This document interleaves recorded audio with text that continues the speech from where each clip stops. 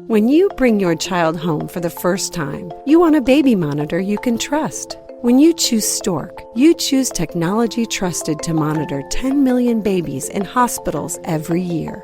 Stork continuously tracks your baby's pulse rate, oxygen saturation, and temperature. Visit MassimoStork.com to learn more. Stork, a revolutionary baby monitor, is born. Stork is not a medical device. Read and understand all product labeling. Massimo data on file. Moms and dads, I bet you can relate to this email. Kirk, my son is just like the kids you described in your podcast. He comes home feeling defeated after school, feeling like he isn't smart. But I got him Crunch Labs and he loves it. Building the new toy and watching Mark Rober makes him feel smart. And then he explains, talking a million miles a minute, like our kids do, all the cool science facts he's learned. It's like I get my real kid back when he's building his Crunch Labs toy. And that is exactly why I was so psyched when my niece first told me how her son loves Crunch Lab. Confession, this is the one sponsor I wanted more than any other because it's such a perfect fit for our kids. So go to crunchlabs.com/calm and you'll see why. Crunch Labs is a STEM monthly subscription build box for kids.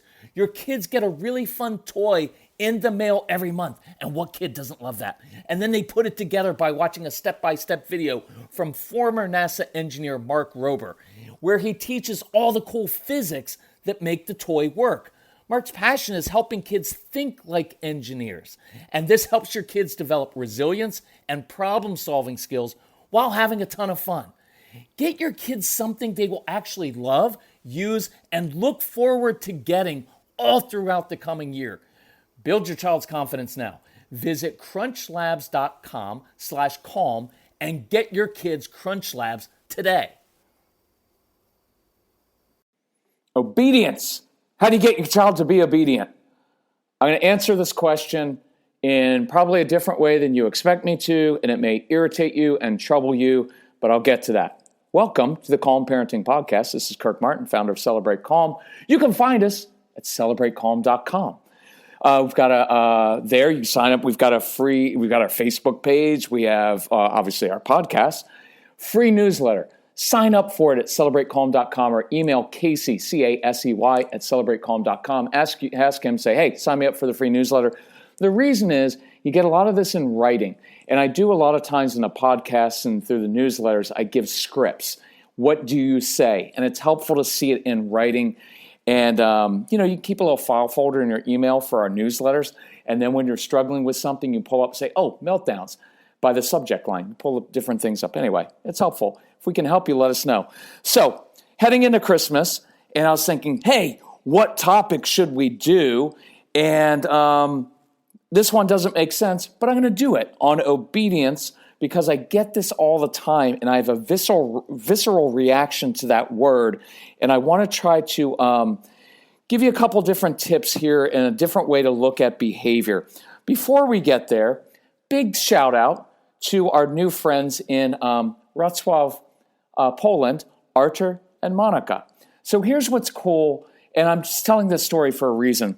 2 days before we leave for Poland, or 3 days, we get an order comes through for our CD special. And I look at it and I'm like, hey, they live in Poland. We're about to go to Poland. So I email them, say, hey, thanks for ordering our stuff. We're going to be in your city. Any possibility you'd want to meet up? That's a little weird. Not always like meeting with people, but heck, they're from Poland. If they're going to be that close, may as well do it. And so Artur, to his credit, because things didn't work out for dinner one night, but I was leaving town really early the next morning, and Artur meets me at the train station at 5:45 a.m. at a coffee shop, and we had 30 minutes to talk and learn about his family, how they found out about us, make a personal connection. His wife, Monica, handmade us these beautiful kitchen towels, which we have up in the kitchen. The only problem is we never want to wipe our hands on them because they're so pretty and so beautiful and so soft. So thank you to that family for being so kind to us halfway across the world. You know what's even more humbling is Arthur stumbled on our podcast somehow. And he's like, oh, this is describing our kids. Like, we need to get these CDs. And it was neat because it's a dad. Usually it's the mom, the wife, who's like, honey, we need this, we need this. And he was like, no, I kept telling my wife, like, we need this. But it was a big expenditure. And, they live in Poland. And not that there's anything wrong. We love Poland. Poland's awesome people, awesome food, awesome history.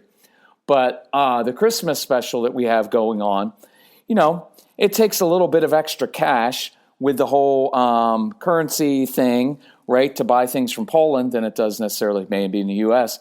But Arthur, to his credit, he and Monica came up with it, ordered our stuff, and they said it's been changing their family.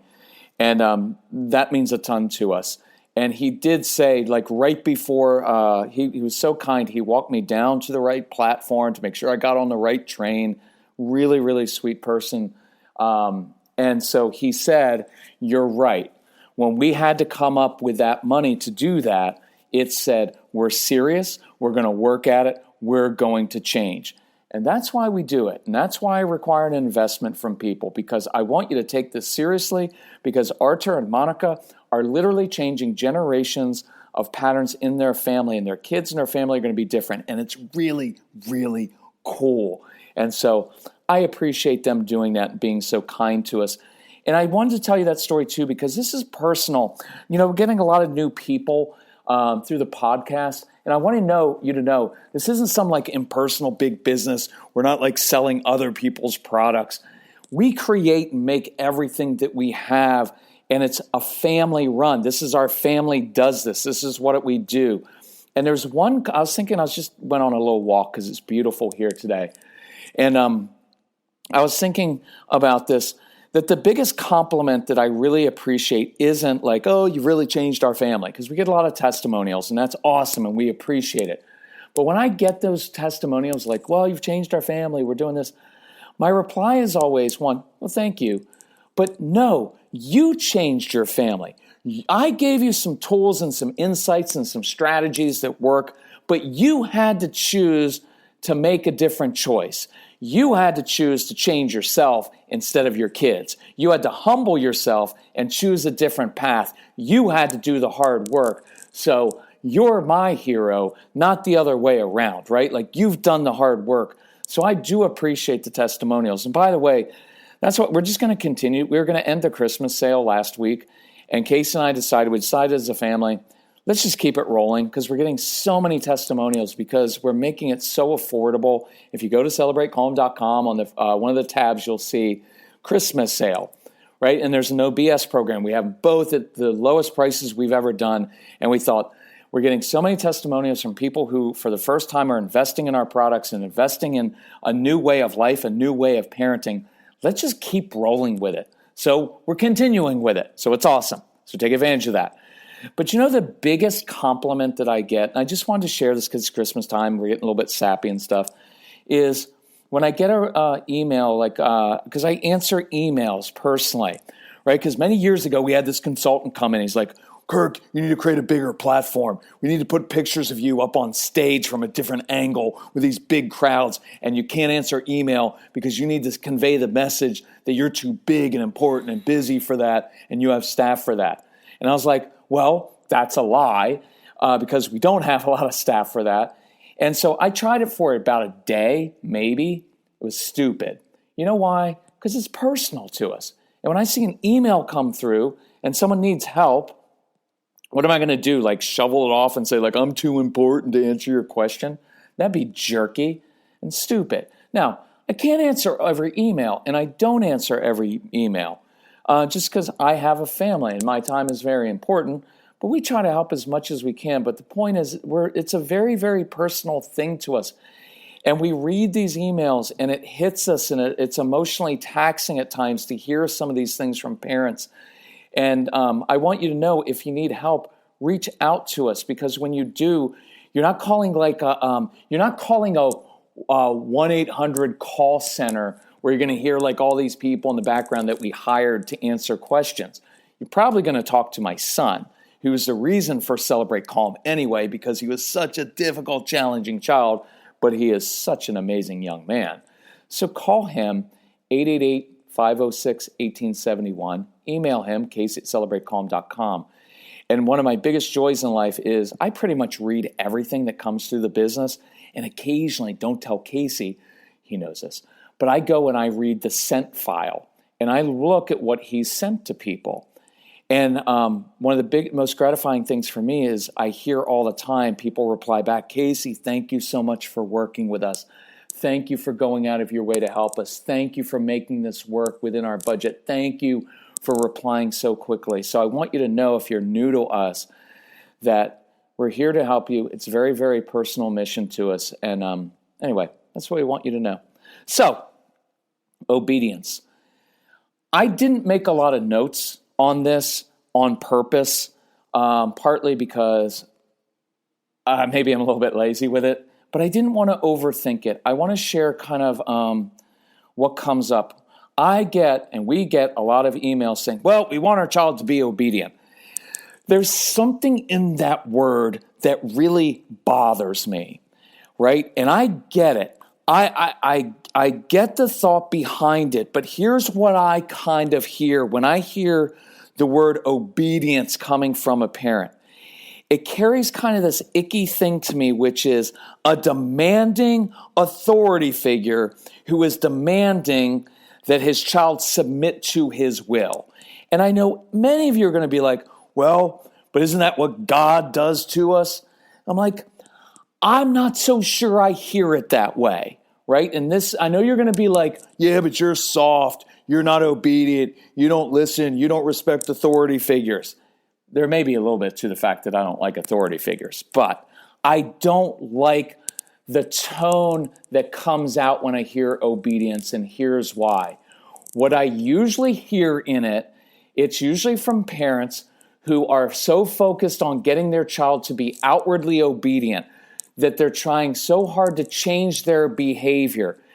When it comes to a Christian or religious sense, these are usually parents who have grown up in a very law-based system of theology where God's favor and acceptance and love is based on you doing His will, doing the right thing, making good choices, living a holy life, being good. And it's usually based on your outward behavior. Well, there's a big trap in that. There's a lot of big traps in that, but the law kills. It's destructive. And I've heard this through the years that unless you really understand grace and the fact that you don't have to earn. Look, some of you grew up in this system and you could never please your parents. And all they talked about was obedience. And when they said, why should I do that? Well, because I'm the authority figure and I told you to do it. And if I post on Facebook that kind of thing, like, just let your kids know you're the authority figure, and you know what? Why they need to do it? Because I said so. I get 4 billion likes because people love the law. People love the tough approach because it sounds so good and so hard. It's so old school. I'm an old school guy, but I want to give you a different sense of this. Am I against obedience? No, I just don't like the word and the connotation that comes with it. I'll give you a couple. Here's what I would prefer, and see if this makes sense. Let me tell a quick story first.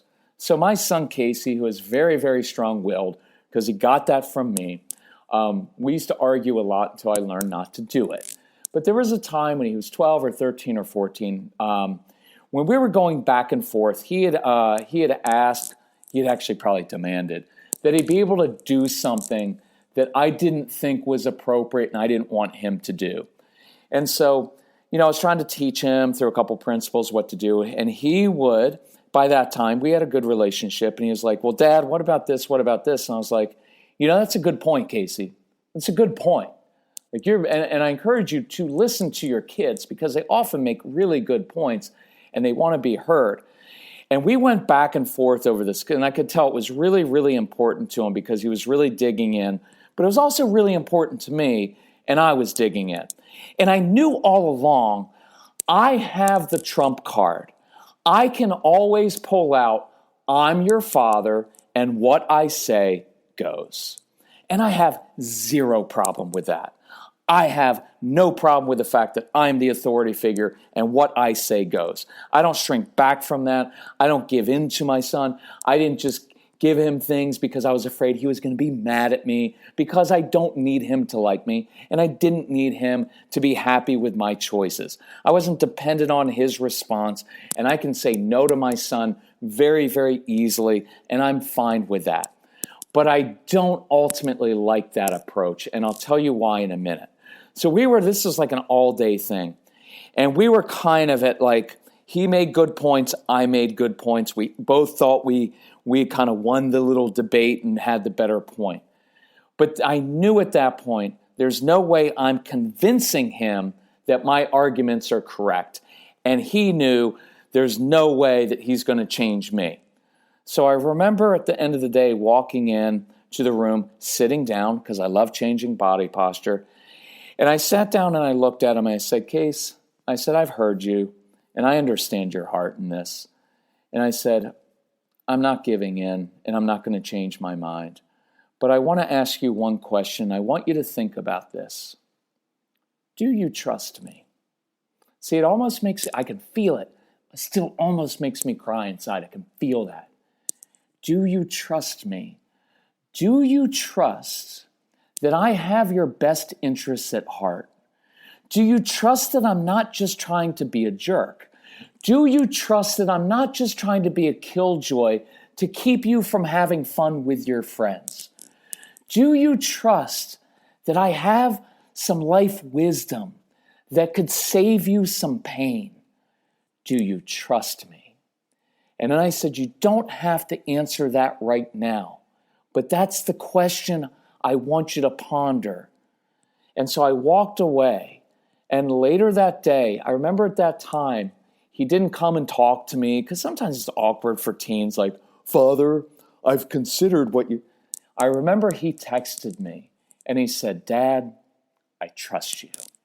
See, that chokes me up, because that's what I want. That's what you want. For the Christians and my religious friends out there, I don't just want to obey God out of obedience, because if I don't obey him, something bad's going to happen, or he's going to send me to hell, or wherever you want to go with that. That's not why I want to do it. And so that's why I don't like the word obedience. I like the word trust. For the Christians out there, put it this way. Yes, God, I will do what you want me to do. I will make that hard choice. I will do your will in this situation, not my own. Not because I'm afraid of you, not because you're big and you're the authority figure, but because I know you trust, because I trust you, and I know that you love me, and I know that you have my best interest at heart. That's why I will do it. Right? That takes things in an entirely different situation. In this case with my son, it wasn't a matter of, I didn't give in to him, right?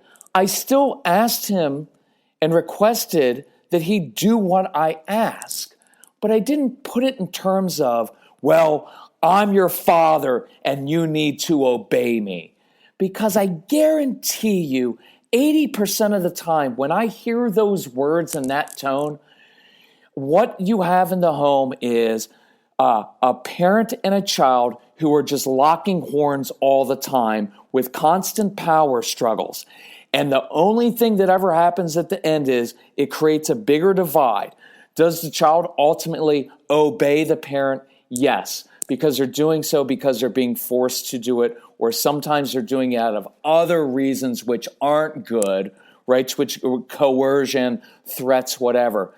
But there's not a relationship that's being formed there, right? Look, I was obedient to my father. You know why? Because I was afraid of my dad.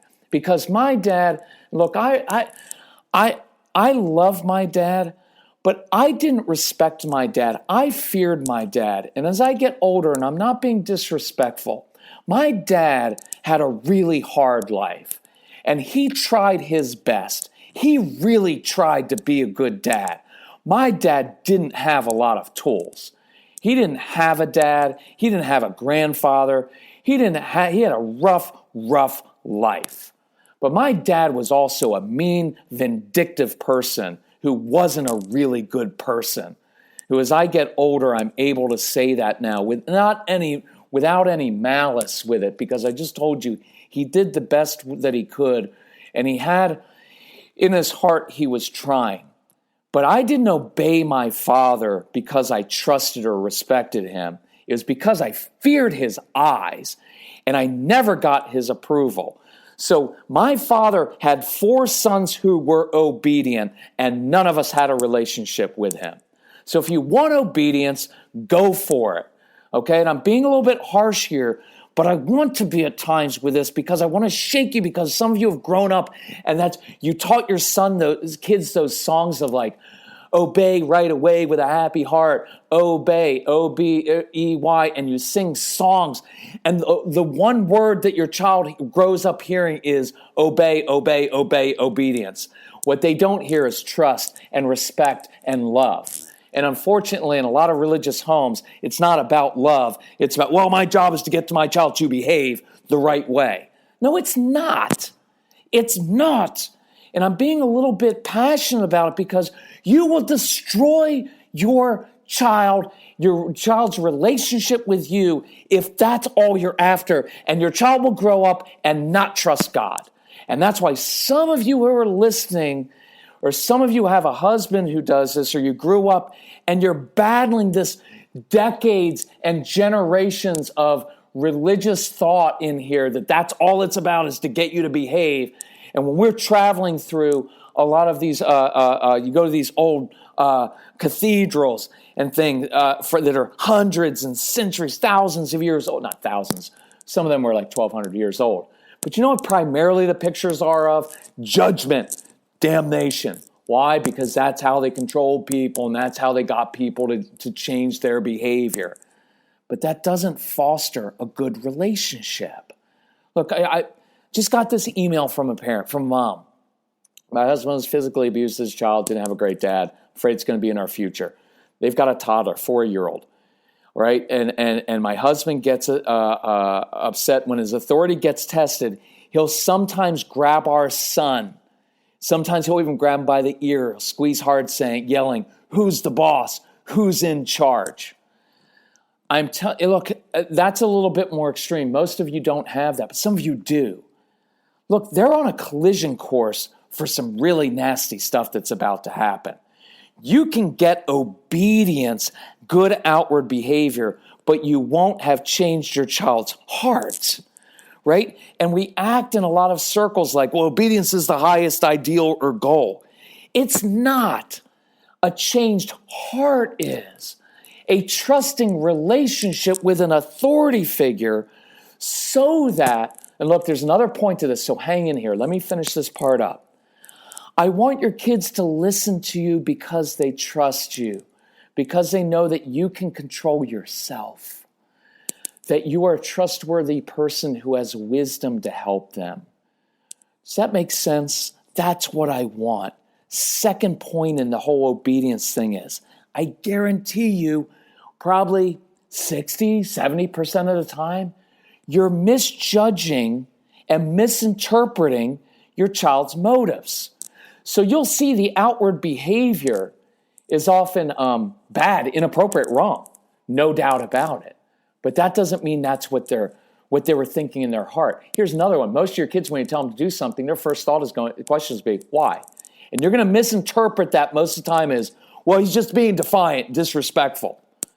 And they're not, because they're looking for context and they're looking for a different way to do it. And if you don't learn how your child sees the world and that your strong-willed child responds differently to things and to different communication, you're going to have constant power struggles. And I guarantee you, most of the men out there, you're going to blame your child. Well, if he weren't so defiant, we wouldn't have these power struggles. And I would challenge you with that and say, no, you're the grown-up. Start acting like the grown-up, right? Like in this email, who's the boss? Who's in charge? Well, my question would be like, well, you're not, because you're not even in control of your own emotions, because you can't even take it.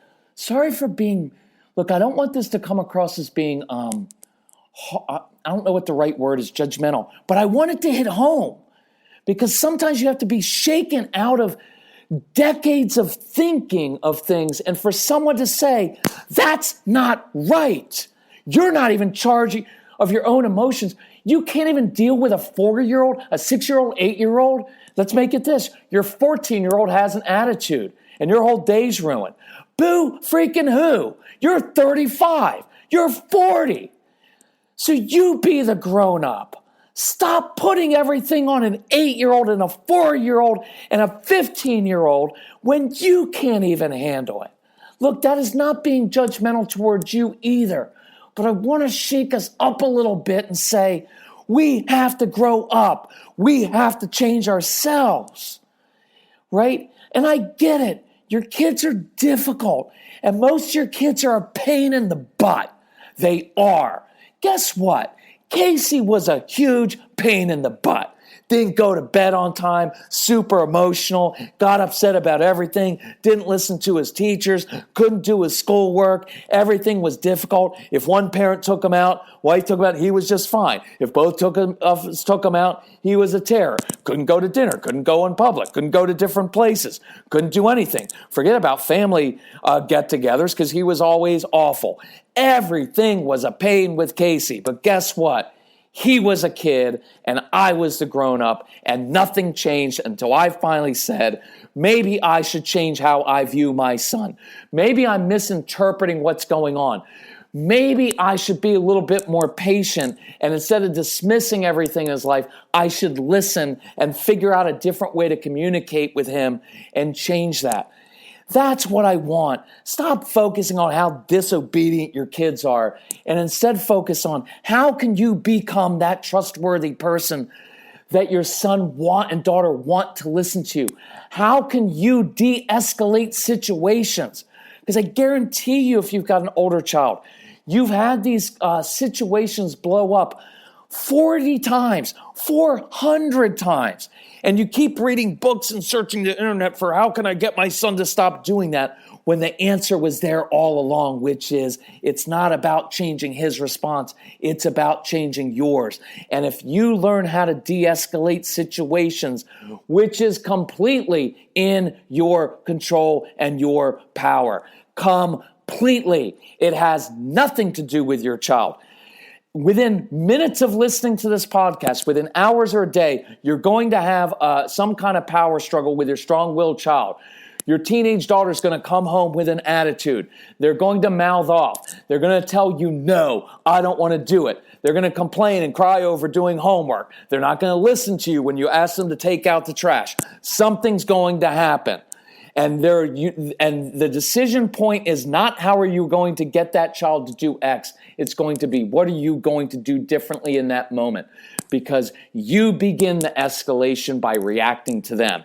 And when you learn how to control yourself, when you learn how to calm them down, when you learn how to be the trustworthy person that is worthy of being listened to and respected and trusted, because it's happened again and again and again, where they see that you don't react to them and you don't escalate and you don't dismiss and you don't misjudge their motives and call them lazy and say you're not trying hard. You know, if you would just apply yourself. And why do you have to be so difficult? You can change this. You can change this. But I would encourage you, the final thing is I want us to change the mindset from my entire goal for my child is to raise an obedient child. I don't think that works that well. I want to raise a child who's curious, who's confident, who trusts me because I've earned that trust. And when it comes down to it, my son makes the right decisions. Why? Because he's a good thinker, because he can control himself, because he knows it's the right thing to do, and because ultimately he trusts his parents. Does that make sense?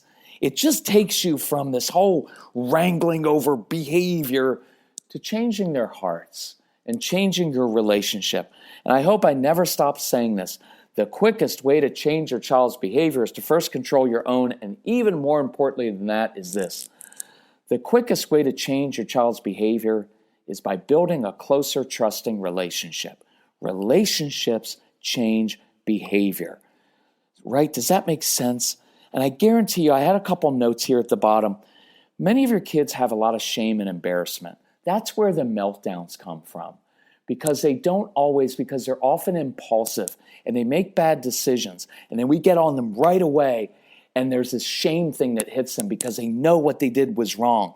But if we can show them a different way and teach them and show them how to do it, because discipline means to teach, right? We can change this, and we can change this behavior by changing the relationship. So I encourage you, over Christmas, over the break, listen to the programs, listen to the CDs. We show you how to rebuild your relationship step by step, how to calm yourself down. For that dad out there who had the abusive father, this is tough stuff, man. You're going to be changing your entire way of thinking for the past 28 or 35 years, however old you are, because this is what you grew up with. And the reason I was tough with you is because I've got to get it through to you that you can't go around bossing kids around and think that they're just going to respect you and listen to you because you're bigger and older than them and because you're the father. Look, to this dad, and I don't know if you're listening or not, but look, the hardest work of your life is not going to be your job. It's going to be changing your mindset because you were abused as a child, or if you weren't abused, you had a father like I did who just used this whole fear and intimidation approach, or some of you have mothers who used a lot of guilt and manipulation. And you're going to have to change that. That's hard to do. But when you change that, then you change generations in your family, because everybody listening knows what's going to happen. This guy was abused as a child, and guess what? He's going to abuse his child. And guess what? That his son is going to abuse his sister and grow up, and guess what? When he has kids, he's going to do the same thing. And he may even abuse his wife. And this whole pattern continues. And so that dad out there, any of the dads, any of the moms, if you have trouble with this, if you've been abused, if you've had these fathers, email us, reach out to us. We'll help you. I'll walk step by step, because this is hard stuff. And I apologize if it came across as me being jerky or mean. I just want to speak forcefully to say, cut it out. Stop it. And see it in a different way, because this doesn't work. And the reason I'm hard with it is because when I deal with men that are like this, like, yeah, well, but I'm the authority figure. You're just weak. No, I'm not. But I also have a really good relationship with my son, and he respects me, right? He does what I ask because he trusts me. And where you're headed with this approach is, you're headed to an approach where you're constantly fighting your child. You're never going to be happy with them. They're never going to be happy with you. You're not going to have a relationship, and they're not going to follow the God that you want them to follow.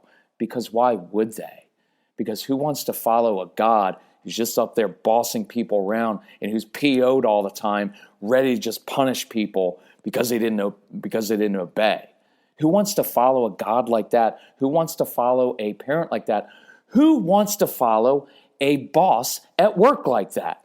None of you that are all into this obedience stuff like a boss who treats you the way that you would treat your kids. Think about it sometime. You wouldn't want that kind of boss. You want a boss, you listen to your boss. If you work hard for your boss, it's because you respect and trust him. Not because he can, right? It's not obedience to do things based on a paycheck, right?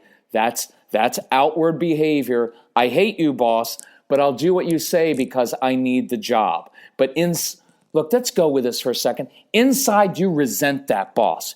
You don't like that boss. You do what he or she says because I should have started with this, because that boss at work holds over you on the authority figure who controls your money and your paycheck and your job and your career. And you will do what I say because I have a title that is above yours. And none of you are like, that's awesome. You will outwardly behave and obey him and do your work. But inside, I can guarantee you're like, he's a jerk. I hope he gets fired. And you're looking for another job. And you're talking to all of your coworkers about that boss, about how much you despise him. Same thing happens in the family. Be that parent. If we can help you, let us know. Go to celebratecalm.com, get the newsletter, look for Christmas special. If you already have the CDs, get the No BS program.